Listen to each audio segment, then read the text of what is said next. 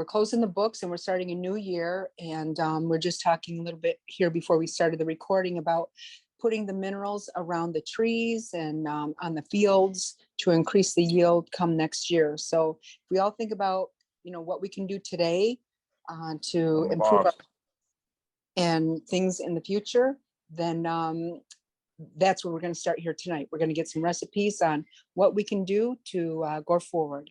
And so, Dr. Wallach, I'm going to hand the phone over to you, and the call is yours. Well, thank you so much. Thank you. And God bless you for all the great work that you guys do. I just appreciate it. Dave and Pam, thank you so much. Well, there's breaking news today, one of my favorite subjects, and it's on the gender issues of humans. Okay. And this was a big study that was done at the Stockholm Brain Institute in Sweden. And they published it in this month's issue in the journal Proceedings of the National Academy of Science in the USA. The author, Ivanka Savic, okay, didn't say medical doctor, so I'm assuming she was a PhD, okay, and she did this study on 90 volunteers, okay, and 25 straight males, 25, let's see here, gay women, and then 25 gay men and 20 straight women, okay? And they did this study on them with an MRI, magnetic resonance imaging, so they didn't have to kill them and look at everything. This is something that I've been talking about for 25 years, because when I was in Africa, well, I'm supposed to be on there. Yeah, we got somebody that's making some background noise. Could you please mute your phones and while Doc is lecturing, and then we'll open up for questions when he's finished. Thank you. Okay, but you can hear me, correct? Raise your thumb or something if you can hear me. Yes, sir, Doc. We got you loud and clear. Okay, good. Okay. And so, let's see here. When I was in Africa, I was noticing that the giraffes, the males were chasing the males, even though the females were there, the males were chasing the males and so forth. They said, this shouldn't happen in wild animals. And so basically there's got to be something missing in the soil is why those giraffes were gay. Okay. And so I've been talking about this and looking for research on this subject, gosh, for 25 years. And finally it came out. Okay. Finally came out in this article in this month's issue of, let's see here, the Proceedings of the National Academy of Science, USA.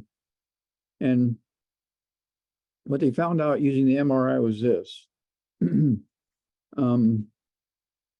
Let's see here. Homosexual men and straight women have symmetrical right and left hemispheres of the brain, but they have a electrical connection problem, and the homosexual men have problems getting messages from one side of the brain to the other, and from the brain down the spinal cord and so forth. And then when you have lesbian women and straight men, they don't have equal sized brain hemispheres.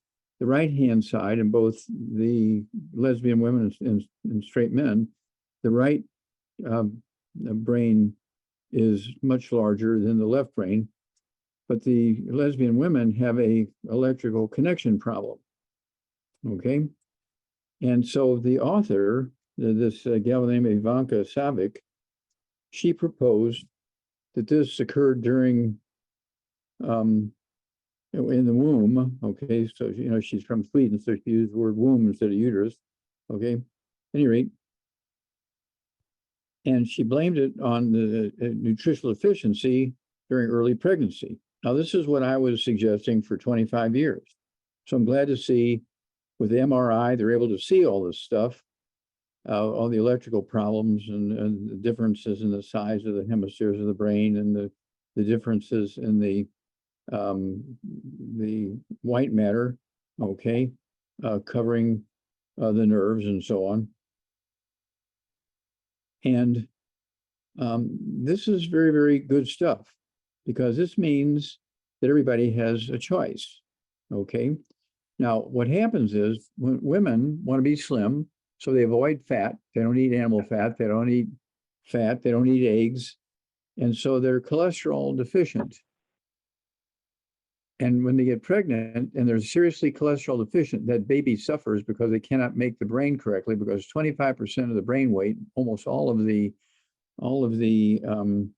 white matter of the brain, okay, and all the white matter of the spinal cord, which amounts to 25% of the brain and 25% of the spinal cord, is made from cholesterol, okay? So women have to be eating 3 eggs twice a day if they're sexually active. All teenagers have to be eating 3 eggs twice a day. They need to be taking the 90 essential nutrients twice a day, according to their body weight.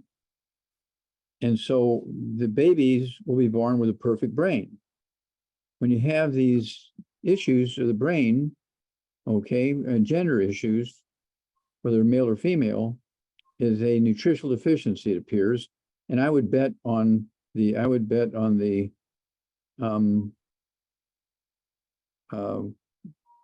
cholesterol deficiency, because women want to stay skinny, and so they proactively avoid. And also doctors like to throw in, when you get to be middle-aged, they want to throw in these statin drugs to lower your cholesterol levels, because they falsely believe the cholesterol is what causes blockages of your arteries. It's just blockage of the arteries caused by oxidized oils. Everything from olive oil to coconut oil to cooking oils, salad dressings, they oxidize and turn into trans fats, which are extremely irritating, and they cause the blockages of the arteries, not cholesterol. Excuse me. So this is pretty heavy duty stuff. This just came out. And it shows what I was talking about over the last 25 years is correct. And so people have a choice. If you're a woman and you're in the childbearing years, and you're sexually active, you better be eating those 3 eggs twice a day, using butter instead of margarine, making sure you're eating the cholesterol. And that way you will, if a baby happens, the baby will be able to make a normal brain, and it will be gender correct with the physical equipment they have between their legs, okay? And so this is not difficult to understand, especially when this study was done with an MRI, and it's just a beautiful study, okay? Again, it came from the Stockholm Brain Institute, okay, and in Sweden, and they published a study. Let's see here, in the proceedings of the National Academy of Science in the USA. I'm just so excited about this. Very high quality journal, very high quality research, very high quality, well done. And so I don't need to dwell on this anymore, but it's something that everybody needs to know about. Okay. Now, I also want people to know about, it's all in your head. Okay. And there's 37 different diseases you can get. Okay. When you have osteoporosis of the skull. My favorite picture, which I try to show as often as I can, is this is page 6, Roman numeral number 6, and the front of the book is all in your head. The top skull is a quarter of an inch thick, that's normal. The bottom skull is 1.5 inches, in some places 2 inches thick, that's abnormal. That's osteoporosis of the skull. When you have osteoporosis of one bone, okay, it's all over, it's in every bone in the body. You don't just get osteoporosis isolated in your knee. Oh, we're gonna have to do a knee replacement. No, it's much deeper than that. Okay, it's much more serious than that because you have osteoporosis of the skull, if you have osteoporosis of the bone. And there's 37 different diseases you can get from the squeezing the nerves and squeezing the spinal cord.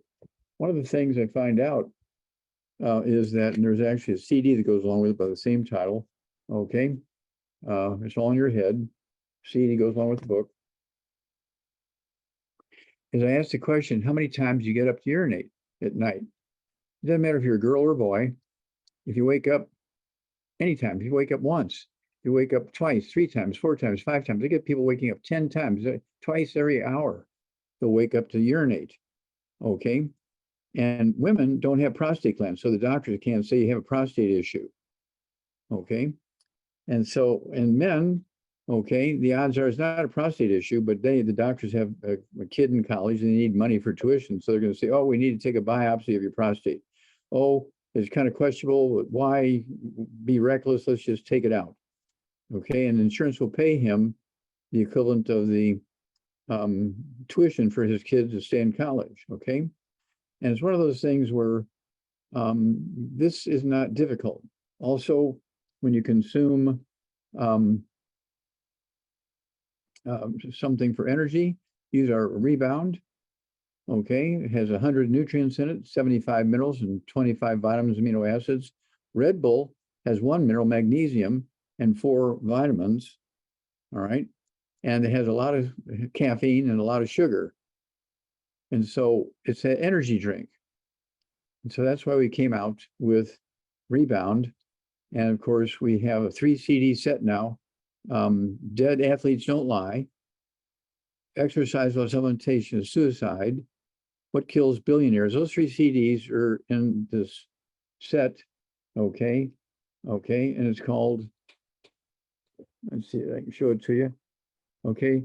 Yeah, it's called There's a New Bull in Town, because Red Bull, of course, has only 1 mineral, magnesium. We have 75 minerals. We have 20, let's see, I think we have it's 12 vitamins.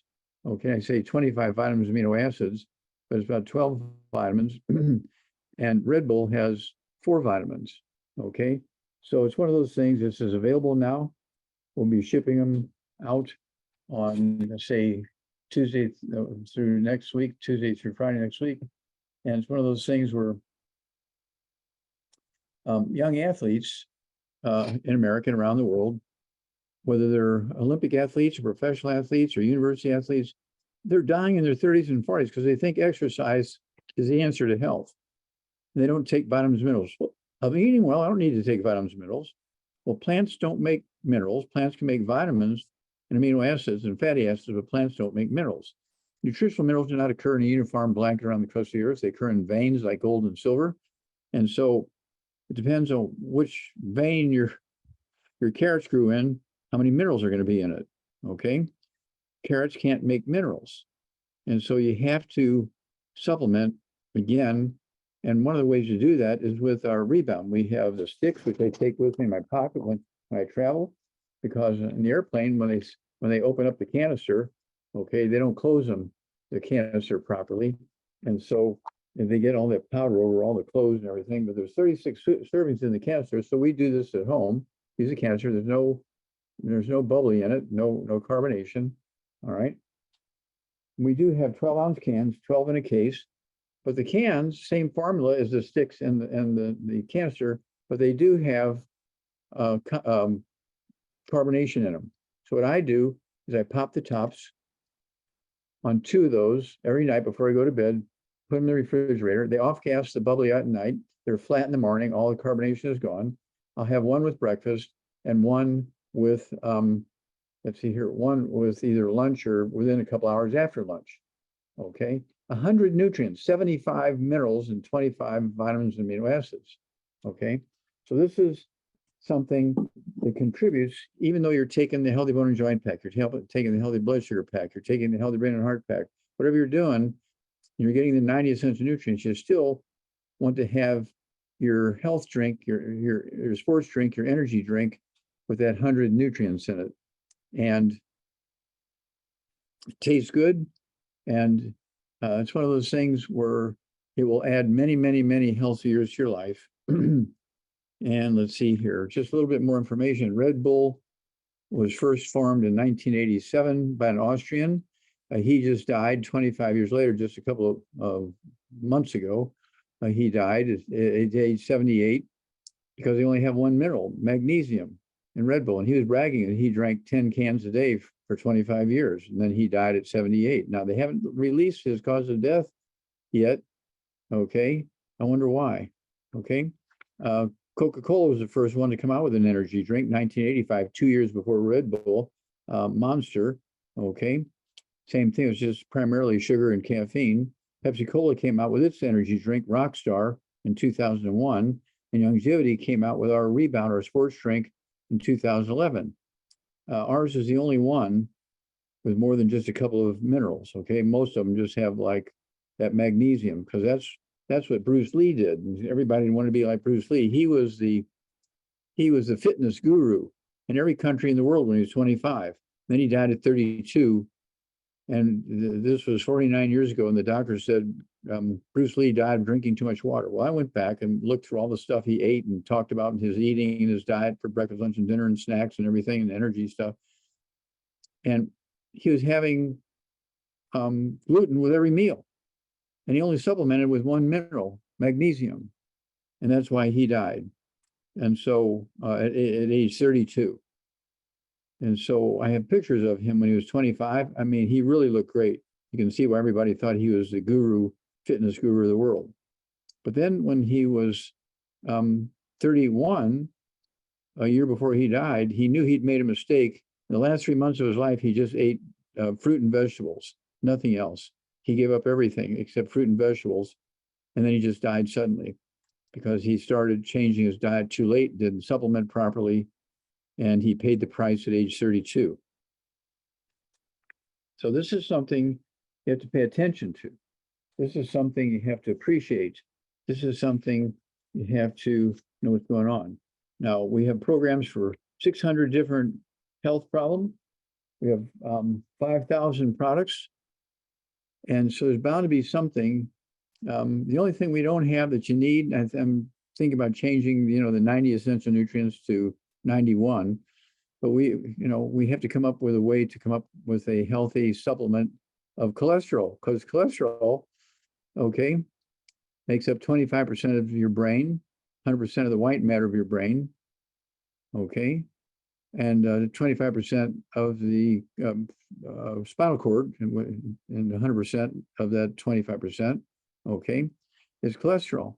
It's one of those things where cholesterol is an essential part of everything. It makes up 95% of testosterone and 95% of estrogen and progesterone. Cholesterol is very, very important. And of course, you're going to get all kinds of birth defects if you're not consuming cholesterol. So with that said, what I'm going to do is turn this over to our dear friends here. Okay, Dave and Pam. And do you have any questions for me? I do. Dr. Wallach, I want to thank you again for educating us and just all the people that are on tonight. Pardon me, I'll cut that off. Okay, we just really wanted to just thank you so much for the education that you bring to us. And so what I see the major problem with a lot of people is that we have been, just listening to doctors, okay, because they have a white coat, they bring us beautiful, healthy children, and we want to believe that they're going to, tell us the truth. And in most cases, they do tell us the truth as far as they know. But when it comes to nutrition, that's where, we've discussed this before, that they fall short in that area. And so, due to whatever, circumstances, but I just want to thank you for how you've built such a community of people with the different naturopathic doctors and pharmacists and all of the health coaches that contribute to the calls that we've gleaned so much information from. And what can you give us, like you said, for the cholesterol, I know that we have that gut microbiome that has the egg in it. Can you explain a little bit about that egg product that we have? Well, it gets people going in the right direction. And of course, I like to use the fresh eggs as well. Okay. And that way you're covering all the various forms of the cholesterol. Okay. And so don't just depend on that one product. You want to be eating real eggs. And if people say, well, I'm allergic to chicken eggs. Okay, well, there's duck eggs and there's eggs, from all kinds of birds that lay eggs. Okay. And so duck eggs are very good. A lot of people like duck eggs. Okay. And there's guinea eggs. Okay. Guinea hens. They sell them in food markets and they sell them in health food stores. So it's not like they're difficult to get. It's kind of like if you're allergic to red beans, you're not necessarily allergic to soybeans. And so you must have cholesterol. It's an essential nutrient for your brain and spinal cord. And it's an essential nutrient for developing a proper fetus so that their sexuality is correct with their equipment they're given, whether they're a boy or girl. And it's one of those things where I really appreciate the question because I never bet on anything. Okay. What I do is I bet on everything. And so I do eat liver, although I have most of what's in liver in our vitamins and minerals. But I still eat liver because I want that natural source of stuff also. Okay. But I can't depend on the natural source because I don't know what they were feeding that calf. Okay. So I take our Healthy Brain and Heart Pack, which has all those trace minerals in it. It's in liver. And that's why, I'm not happy about the lion diet and the carnivore diet because people are bragging about, oh yeah, my skin problem went away, my bowel problems went away. That's because they gave up gluten. It's not because they ate meat and salt and water. It's because they gave up gluten to be on that for 30 days. Now, some people are going to feel so good about it, saying, well, why should I just do this for 30 days? I'll do this for 3 months, or 6 months, or a year, see how it goes. And they're going to die. They will die if they do that. And so we need to get them off of that concept that they can do the lion diet. Now, remember, lions eat the livers of animals. They eat the spleens of animals. They eat the hearts and kidneys and lungs and intestines. And they eat the fat and they eat the skin. They eat the bones. They eat the cartilage. They eat the ligaments. They eat the tendons. They eat the arteries. They eat the veins. They're not just eating red meat and salt. So to call red meat and salt and water the lion diet is really a misnomer. I spent 2 years in Africa watching lions eat and how they ate the internal organs of their killed prey first. So I hope that helps. Yeah, that's pretty interesting there. Well, and so I know that all of the packs that you have for protocols, they're all based on 100-pound weight. Now, I have a guest that I know of that has lost about 40 pounds. And she's been on Plavix and other medications. So when someone's lost that much weight, I'm sure that her drugs that she's been prescribed are going to be a dose for that original dosage. So what can you say to someone that has lost 40 pounds that's on Plavix? Well, they need to call their doctor and say, hey, how should I change my Plavix dose because I've lost 40 pounds? They said that it's the lowest dose right now, that's the lowest dose. And they said to take it at night and take the half of a baby pill in the morning. Okay, well, I would just let their doctor tell them. I'm not going to tell them. Yeah. Because I didn't prescribe it. But so it would make a difference though, isn't that correct? That if someone's losing weight, The dosage has to be reduced. And of course, that's why I tell people, if you're on a prescription medication, you're dealing with blood pressure and diabetes and those kind of things. You want to just slowly reduce your medication based on the numbers, and you need to be testing yourself daily or twice weekly or 3 times a week, and reduce the medication, prescription medication, based on the numbers. Don't just say, okay, I'm on this stuff now, I can quit my medication. No, don't do that. thank you. Okay. I think it's a very important note for people to know that when we're doing these reductions, whether it's weight or Mhm. pills, whatever your goals are, you need to stay in contact with your doctor, naturopath, or pharmacist to give you the proper reduction protocols. That's And right, because they're responsible. They prescribed it. Mhm. Thank you, Dr. Wallach. Any other questions tonight? Yeah, I do, but I can't get on. Well, you're We hear- on now.